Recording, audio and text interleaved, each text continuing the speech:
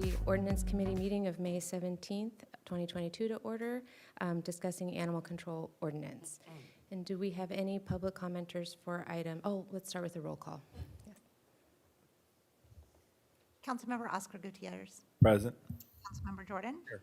And Chair Sneddon. Here, thank you. And do we have any public comment for items not on the agenda? Chair Sneddon, we do not. Okay, thank you. Then seeing none, we will go on to the staff presentation. Thank you.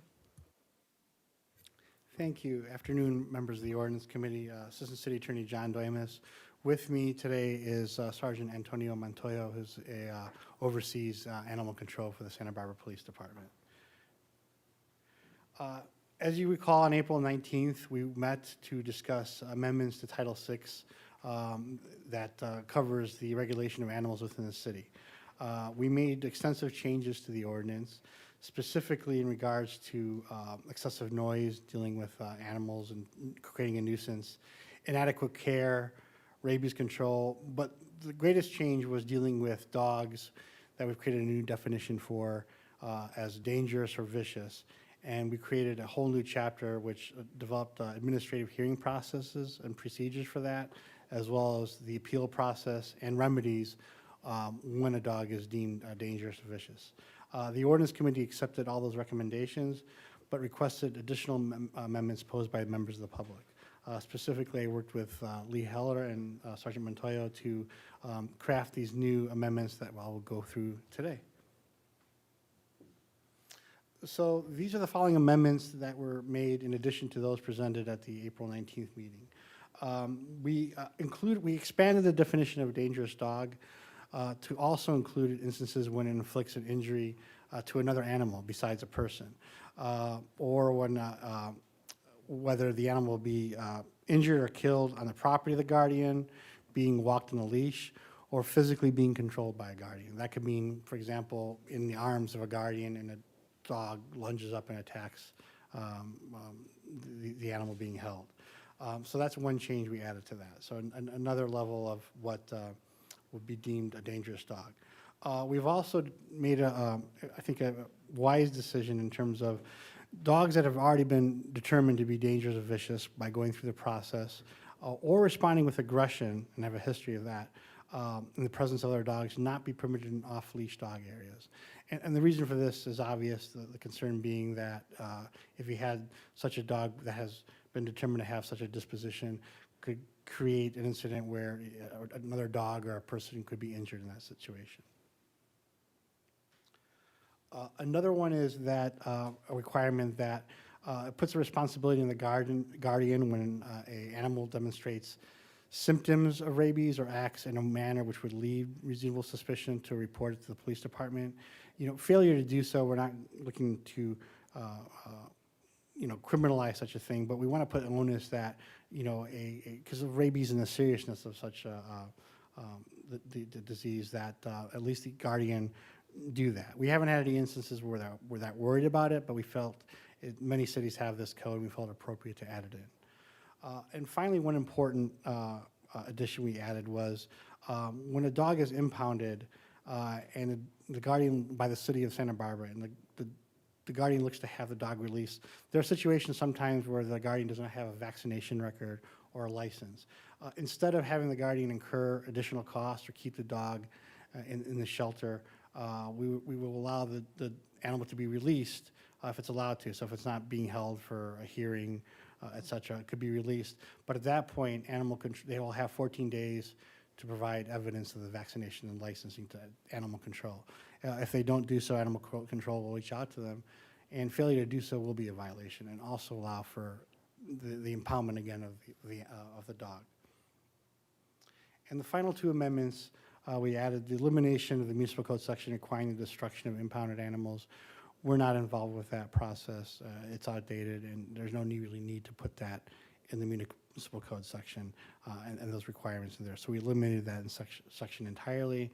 And finally, dogs, as you recall, when dogs are determined to be vicious, there's a requirement that the guardian post on their property indicating a vicious dog resides there. We felt it was prudent to also include such a warning if a dog's been determined as dangerous, as a obvious safety precaution.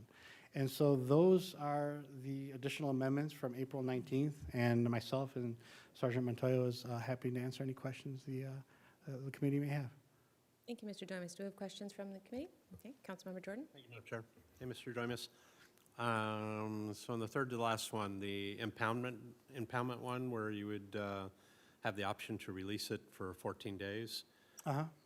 Does that go without saying that it would be an at-home quarantine until you were able to provide proof that the vaccination and the license were updated? I mean, would you still be able to take a dog out in public during that 14-day period without a rabies vaccination? Councilmember, Chair Stan and Councilmember Jordan, the ordinance doesn't, I believe, call for that, so it doesn't mandate a 14-day quarantine, but at that point, it would be prudent, so I don't know if we want to codify that, but the ordinance doesn't say that it has to be home quarantine during that day. Okay. And then on the last one, the noticing, posting noticing. So what does that look like to you? So I see notices all the time to say beware of the dog. I don't see any notices that say beware of a dangerous dog. I mean, is that what we're asking for then? That's an excellent question, Chair Stan and Councilmember Jordan. Because we're going to be going through the hearing process, we will create through the Santa Barbara Police Department what that noticing will be, because we want to have such a requirement and the municipal code section. So we will provide that to the owner to make sure that's being posted. Okay, thanks. Thank you. And Councilmember Gutierrez, do you have any questions? Yes, thank you, Madam Chair. So when it comes to a dog owner notifying the PD about their pet potentially having rabies, so is there any repercussions if they don't do that and the dog ends up having rabies? Like, do they get a additional fine or a harsher sentence if they had a suspicion that the dog had rabies and didn't report it? Chair Stan and Councilmember Gutierrez, that's a very good question, and we are very sensitive on that. Like I said, a lot of cities have such a section, and technically any code section could be a violation, but that's not what we're looking to do in the situation. We want to put the responsibility, at least to make the guardian aware that they should report it to animal control, but it's not something we're looking to criminalize or fine the owner on that situation. But it should be something within at least a municipal code section for responsible animal control care in the city. Okay. That's the only question I had. Thank you. Thank you. And we have a public comment in the room with Dr. Lee Heller. And do we have any online as well? Currently, we do not. Thank you. Dr. Heller. Chair Sneddon and council members, thank you. Let me address a couple of things. Councilmember Jordan, the point behind that 14-day period is there was a catch-22 in the way the ordinance was written, where you couldn't get your animal out of impound without proof of vaccination and license, but you couldn't have your animal vaccinated and licensed because it was impounded, right? So that left the owner with no mechanism for complying. So the idea behind the 14-day period, and the county does this, is to give people time to come into compliance. If it's already been released without evidence of rabies, there's not much of a risk of rabies transmission during those 14 days. So the concern isn't about the public health, it's more about owners being able to obey the law in a way that the law was not originally written to make helpful. Thanks. And so if we can just casually, I think we're pretty short today. Go ahead. Okay. So I'm rereading that and just thinking about that. So it's, the impounding is, like you pick up a stray dog, it's not an impounding because a dog was causing a ruckus, bit somebody and that kind of thing. It's just the normal impounding. And so really what we're doing is it's really more of a carrot we're establishing to get taken care of your dog license and your inoculations rather than an obstacle because they're impounded and can't get out to do it. It's really just more, bring them up, get off the list, you're good to go. Correct, if I may just add, Councilmember, Chair Snyder and Councilmember Jordan, correct. Dogs that got into a ruckus or an issue, those aren't released until the disposition of a hearing. Usually they're impounded. Sometimes they don't have to be. Sometimes the department on a case-by-case basis may be determined a situation where you home quarantine or keep it at home until the hearing. But generally, when you have a serious case, the dog's impounded, there's a hearing, and then the dog could be released, or if it's a serious case, obviously. And if it there could was be a bite involved. Bite then involved, it would correct. have to show proof of rabies, not to go down a rabies protocol. Correct. right? But these are situations too when Sorry, not dogs could be proof in. of rabies, proof of rabies vaccination. That's Correct. And it could apply in this situation, but these could also apply, when a dog is basically impounded for a or a reason not like that in terms of an attack. And that would be, as Ms. Heller said, the issue is a catch-22 on that, where how are you going to be able to show proof or get the dog vaccinated license when it's still impounded? So we're allowing for that. Thanks. This just comes from years of standing at the front desk at the county animal shelter and watching people come to get their animals released and knowing that they need to be able to take them out, to take them to the vet, to get the shot, to buy the license. Yep. And then So- thanks for letting me intrude on that public comment, because No. I'm just treating you as a member of staff on this. I'm on this ordinance, happy to be okay? informal if that's more helpful. The goal is to try to make things clear. And the advantage I have is that 25 years of being in the field, or at the shelter and watching these laws play out and understanding when something sounds good on paper, and then you try to enforce it and go, whoa, that doesn't work so well. The thing I mostly wanted to say is to express my appreciation to Mr. Doimus and the City Attorney's Office for being so wonderfully collaborative on this and responsive to suggestions. And I think what these updates have done is really make the community safer for members of the public, for pet guardians, and for animals themselves. Because we're trying to strike a balance here where there's greater safety in the face of potentially dangerous or vicious dogs. Thus, things like not allowing them to be in off-leash areas, including dogs with aggressive propensities. This came out of me being threatened with a taser at the Wilcox because somebody had an aggressive dog there and said, if you come near my dog, I will taser you. That dog shouldn't be in an off-leash area if it can't be safe around other animals. Also ensuring that there are protections for people whose dogs are acting in protection of their property, which is why a lot of people have dogs.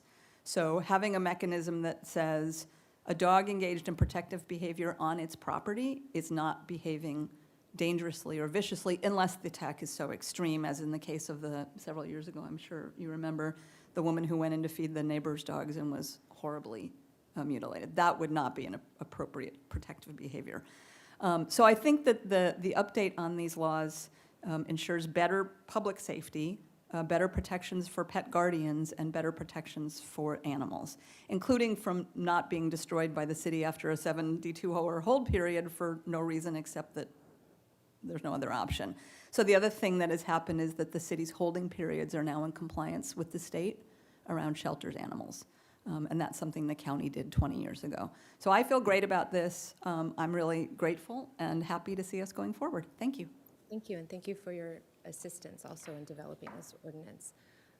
If we have no further public comment, then it is to the committee, and Councilmember Jordan? So I'll move that we recommend forwarding this to City Council as is, and I will echo Ms. Heller's comments too, and I've said this before. I think that one of the great parts about this too is that it begins to shift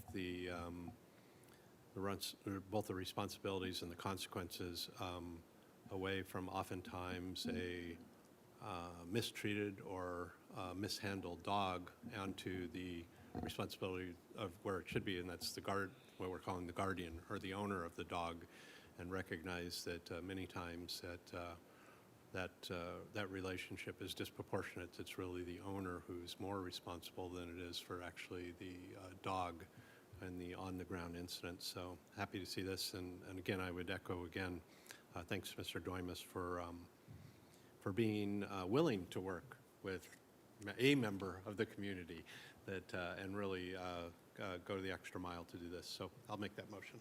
Thank you. And I'll second that. thank you. And any comments, or are we ready to vote? Okay, and thank you for taking the extra meeting to incorporate those additional changes, and they all look great, so thank you. I think we're ready for a vote. So we'll be moving the staff recommendations to full council, moved by Councilmember Jordan, seconded by Councilmember Oscar Gutierrez. Councilmember Jordan? Yes.